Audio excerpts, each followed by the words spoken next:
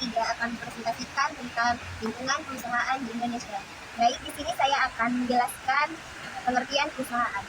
Perusahaan adalah suatu tempat untuk melakukan kegiatan proses produksi barang atau jasa. Hal ini disebabkan karena kebutuhan manusia tidak bisa digunakan secara langsung dan harus melewati sebuah proses di suatu tempat. Sehingga inti dari perusahaan ialah tempat melakukan proses sampai bisa langsung digunakan oleh manusia. Berikut nilai suatu barang dan jasa dapat dilihat dari dua perspektif, yaitu dilihat dari sudut pandang konsumen dan dilihat dari sudut pandang perusahaan. Dan yang kedua adalah suatu produk akan memiliki nilai yang semakin tinggi dari sudut pandang konsumen apabila dengan harga yang sama, konsumen dapat memperoleh produk yang memiliki kualitas dan fitur yang lebih baik.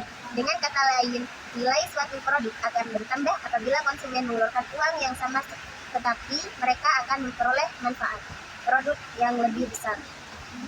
Nilai dilihat dari sudut pandang perusahaan. Menurut Porter, nilai dilihat dari sudut pandang perusahaan adalah selisih antara kesediaan pembeli untuk membayar harga suatu produk dengan biaya yang dikeluarkan perusahaan untuk memproduksi barang atau jasa sampai menyediakan barang dan jasa tersebut di tempat pembeli.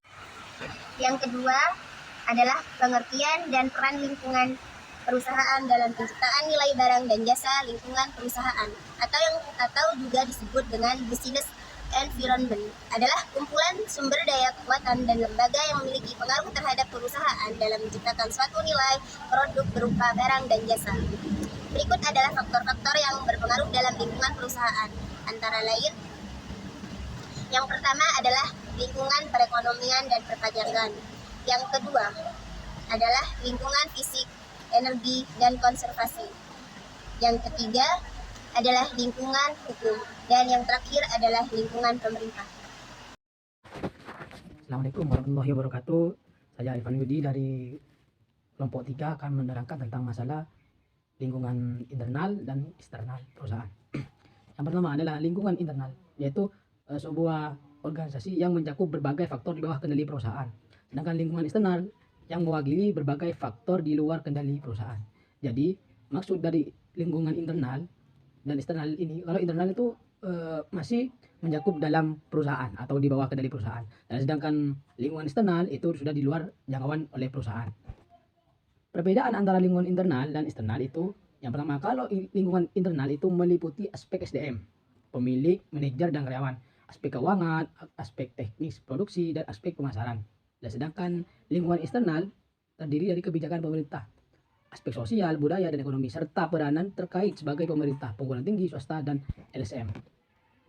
Dan maksud dengan lingkungan internal dan contohnya adalah lingkungan internal adalah segala sesuatu yang berada di sekitar atau di dalam organisasi yang berpengaruh untuk memengaruhi organisasi secara langsung.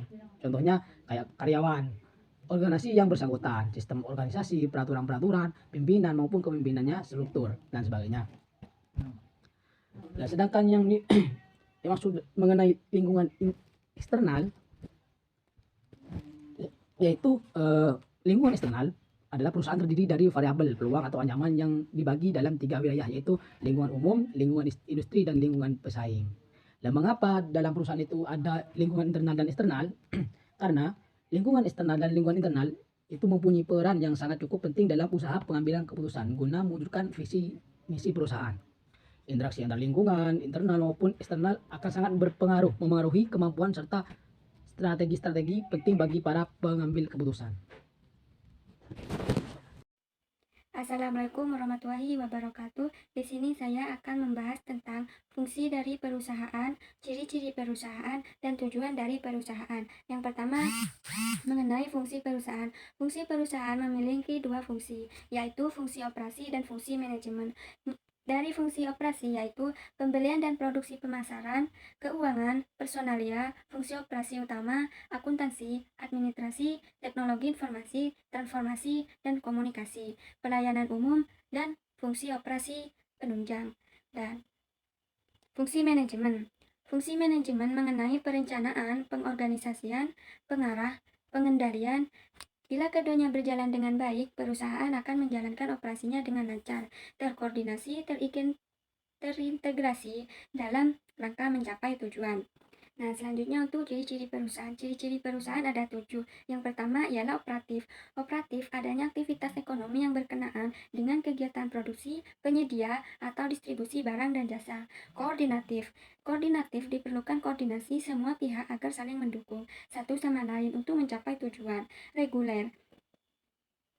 Reguler ialah mencapai kesinambungan perusahaan, diperlakukan keteraturan yang dapat mendukung aktivitas agar dapat selalu bergerak maju.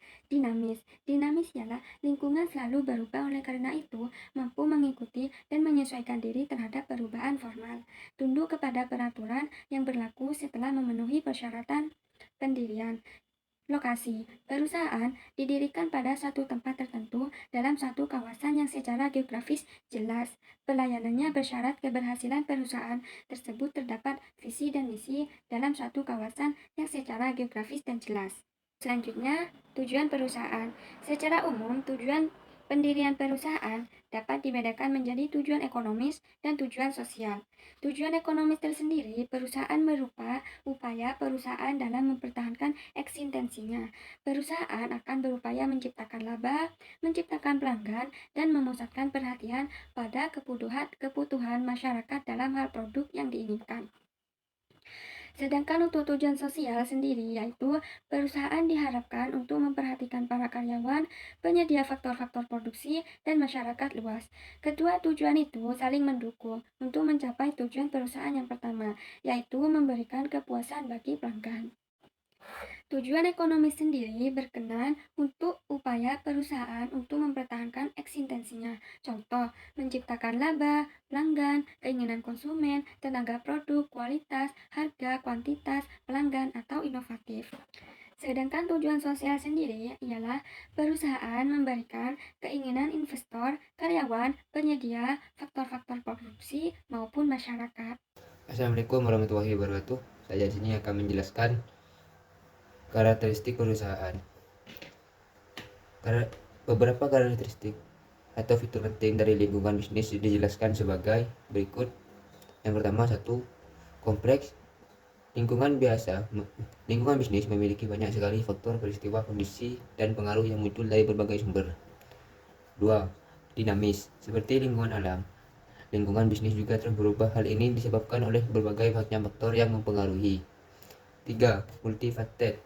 Karena kompleksitas dan dinamisme lingkungan bisnis, bentuk dan karakternya terus berubah. 4. Dampak jangkauan jauh. Lingkungan bisnis memiliki dampak yang luas pada organisasi. Bisnis yang menyadari dampak lingkungan pada pertumbuhan dan profitabilitas mereka memastikan bahwa mereka beradaptasi terus-menerus agar selaras dengannya. Dari hasil pembahasan tentang perusahaan dan lingkungan perusahaan, di sini kita dapat mengambil kesimpulannya bahwa perusahaan adalah suatu organisasi produksi atau bentuk usaha yang menjalankan kegiatan secara tetap dan terus-menerus dengan tujuan memperoleh keuntungan dengan cara memperniagakan barang-barang, menyerahkan barang-barang, atau mengadakan perjanjian perdagangan. Lingkungan perusahaan dapat diartikan sebagai keseluruhan dari faktor-faktor ekstern yang mempengaruhi perusahaan, baik organisasi maupun kegiatannya. Saya akhiri presentasi dari kami yang membahas materi tentang lingkungan perusahaan di Indonesia, dan terima kasih sudah mendengarkan. Wassalamualaikum warahmatullahi wabarakatuh.